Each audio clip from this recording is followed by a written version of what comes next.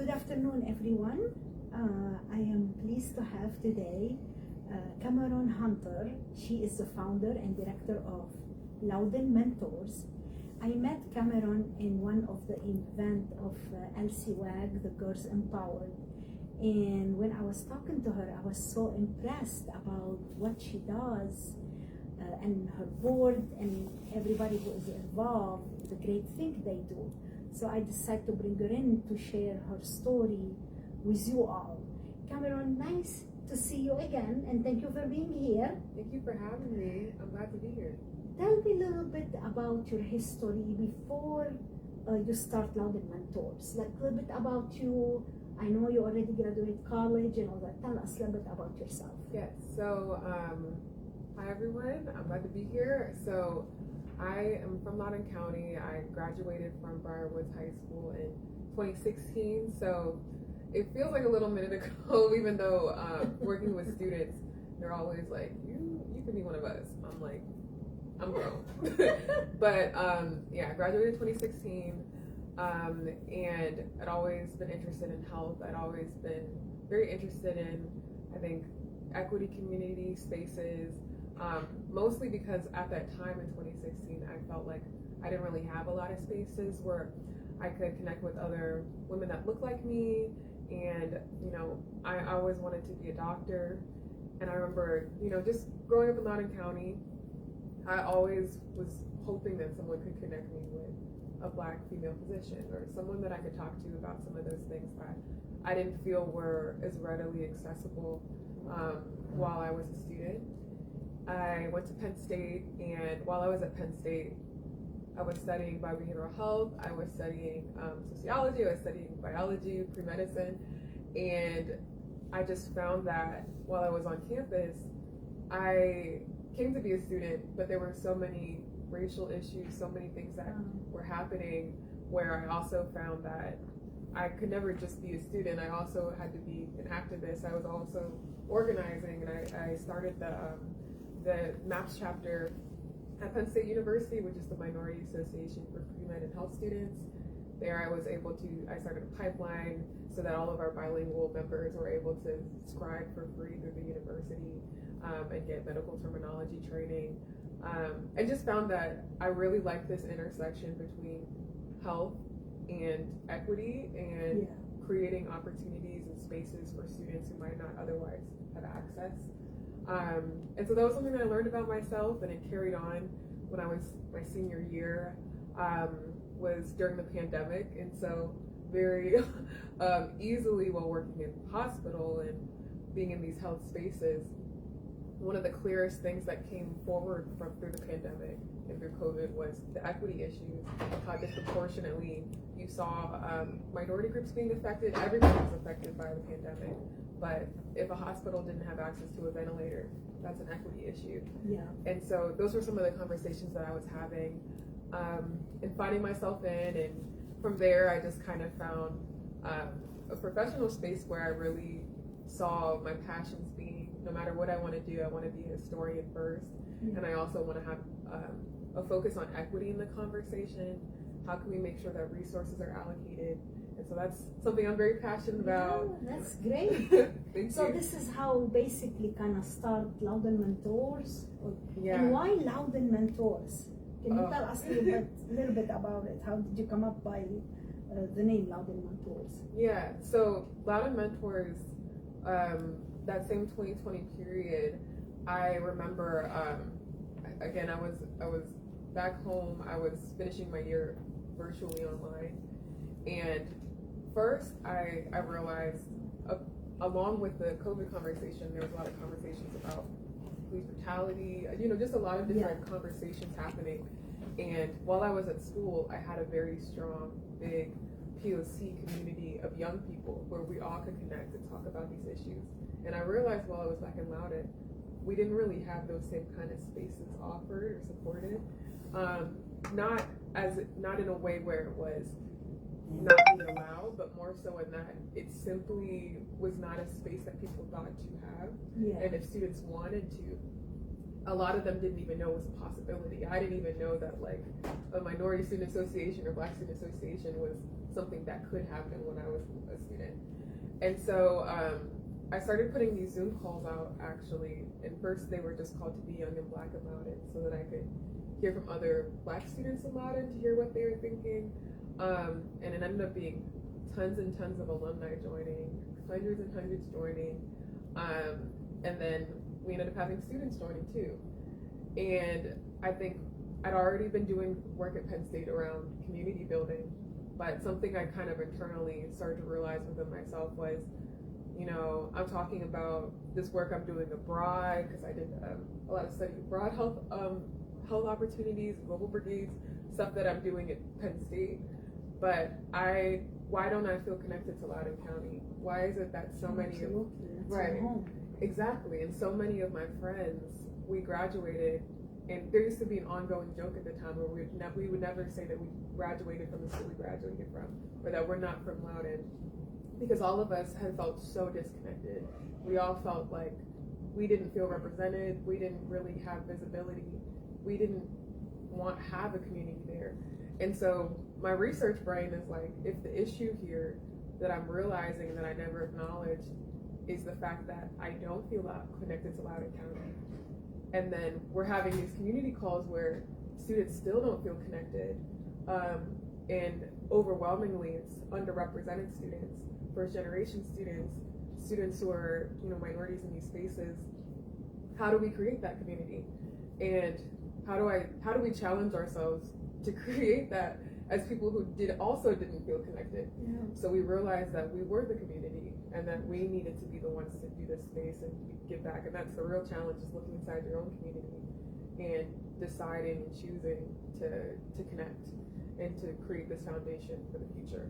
And so we called it Loudoun Mentors just simply because we're graduates of Loudoun County, and we wanted to mentor. And it was actually kind of perfect timing, because my senior year I'd also been working on a capstone project that was a mentorship program.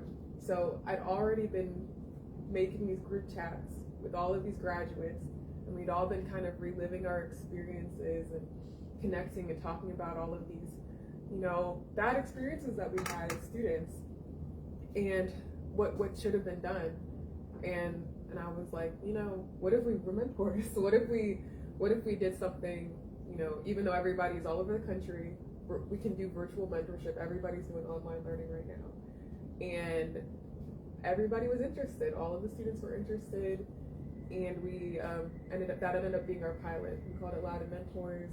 It was a very fresh idea. I reached out to so many graduates. I reached out to so many local organizations just to float the idea, and even the school board, because initially we were going to propose it to the school board, like campus. But yeah, that's where Loudoun Mentors came from. Wow! I can tell already you have so passion about it. So tell us about what you do. I mean, you did say that you do mentor basically virtually, and you said it's not only Loudoun. So it's primarily Loudoun, but we have some mentors from Fairfax and some mentors from Prince William, and then a sprinkling of students. So how does the program work? Yeah, so the way that our program works, it's the way that it initially started, because we were fully online, and I share this because it's kind of how our structure was built and has continued, is that when a student is able to apply via our Instagram or Facebook or our website, we have a mentee application and mentor application. We take on our mentors first. Mentors are right now primarily LCPS graduates, because part of our mission is making that community connection. So we really operate like an alumni database for the community, specifically for underrepresented students. So the mentors, they'll apply. We go through a process where we're interviewing with all of them.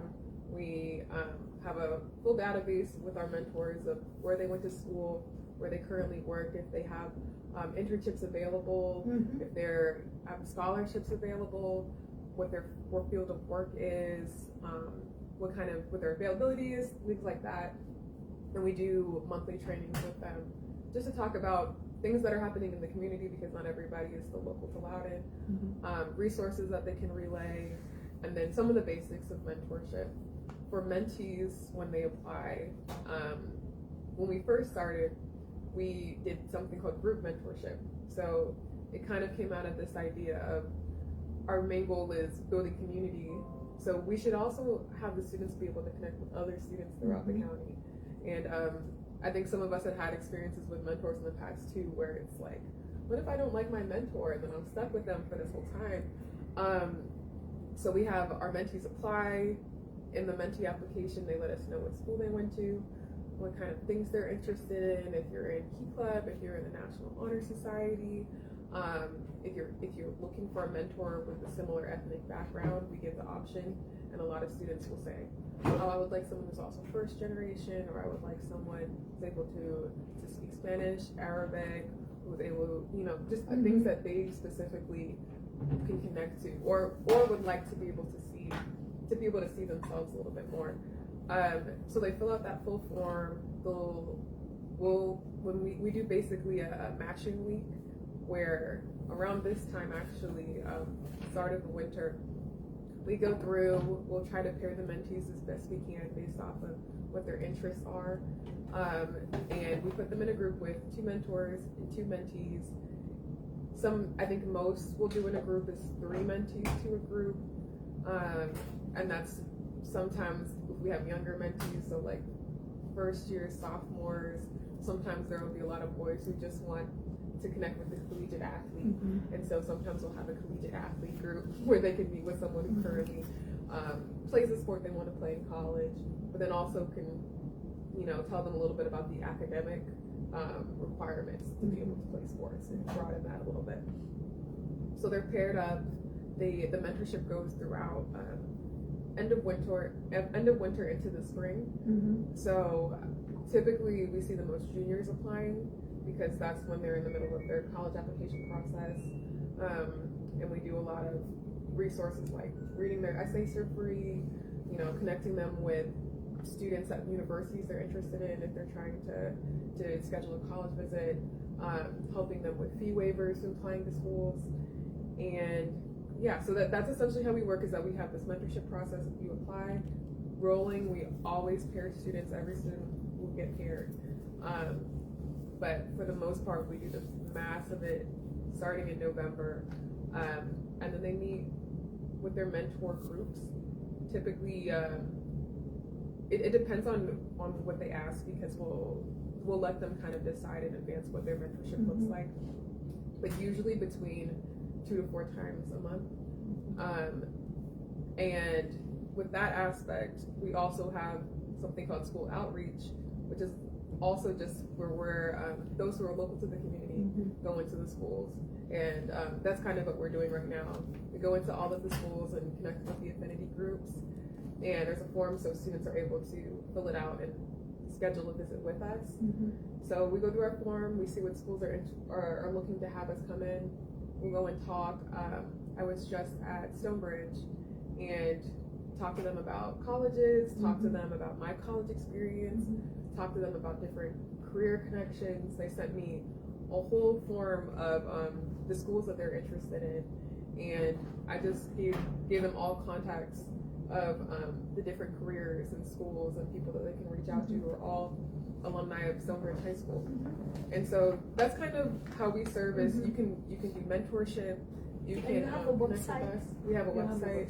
Okay, would you please share the website with the audience? Yes, it's loudounmentors.com, but for the easiest, we have a few websites. The easiest access, go to our link tree, either on our Instagram at Loudoun Mentors or Loudoun Multicultural Mentors on Facebook. And the link will add the link. Yes. And any event you do during the year? Yeah, so we do a few events. Another aspect is we like to do a lot of community service events, and we always do a financial aid scholarships event in April, and bring in different people who are hosting scholarships to not just tell the students about the scholarships, but also tell them what you need to do to be able to get these scholarships and meet them firsthand. And we try to focus on community scholarships. So there's nationwide scholarships, but there's so many scholarships in the community. less people applying, Yeah. and they have a vested interest because you're from Loudoun County. So we always share the NPHC scholarships, the charitable foundation scholarships. They have so many, and students are able to ask in real time with representatives of those scholarships about what they need to do, when they need to do everything. One community service event we have coming up December 16th that is open to students, applying mentees, mentors, and general public, is we do Christmas with the Greens, which is an organization out of Fairfax. They do it at the Ritz-Carlton, where they pair with a lot of local orphanages, bring in hundreds and hundreds of kids, and basically try to do Christmas for them. Lots of gifts that are given out to every single student, and then there's a full room where they can come and choose whatever gifts they want. But we always bring students, and we always bring parents, just so that students can have not just a service opportunity, but that they're with other students of their age and have those connections. And it's always just such a good time. We bring around 30, 35. So we'll have a form dropping on our Instagram Monday of next week. So if anyone's interested in learning more about us and volunteering with us, that will drop Monday, and I'm super excited for that. Yeah. What is your goal next year? What is your plan? Yeah. You did a great job. So Thank I'm you. so proud of you. Proud of what I'm hearing today. It's really amazing work and commitment, and I can see that you're passionate about it. Any goal for next year, 2025? Yeah. So my goal, I think, one of the things that stands out about our organization that I'm always trying to convey is that we're not an unofficial nonprofit. This is just an organization full of student volunteers who are just passionate about giving back, and our longevity comes simply of the fact that there were so many students who leave here and want to make sure that the students who are here have a better experience than they had. And so I say this to say that I want to make sure that Loudoun Mentors continues to be an entity that is holding the space for the youth voice. I want to make sure that as new organizations create, as Loudoun continues to evolve, that Loudoun Mentors is still, a name that is known to parents, that is known to students, is a resource that people know is available because it's no cost. It's simply just something that is here because people are interested. It's all volunteers. So my goal for 2025 is, I think, we started during a time where everything was online. It was a lot easier to connect, and even now as we continue to go into schools that we've been going to every year, we see new students coming up who may recognize us from middle school outreach, may not, but who have never heard of us and are shocked to know that we're here. And I want to be able to get to a place where all teachers are easily able to relay, this is a resource that you have, should you need it. If you need a big sister, big brother who can talk to you about these things, you have this. And we'll have all the time just high school students who will email and say, hey, my mom is a single mom, and I really don't want to trouble her, and I think I really need mentorship. Could you please support me? I want to make sure that we're reaching all of the kids that may not have to see us when we come in to affinity groups, who may not have heard our Instagram, who may not have immediate access to us. Because that is another benefit of being a part of the community, is that there are students who will continue to hear about us more easily, who will be able to every year join. I just want our outreach to continue to be widespread, even as even as we continue to either leave Loudoun or stay in Loudoun. I want this to be an entity that is just perpetual. Great job, great mission. Thank you for being here and sharing your story. We will share the website and the email how to reach out to Cameryn. Thank you again. Thank you.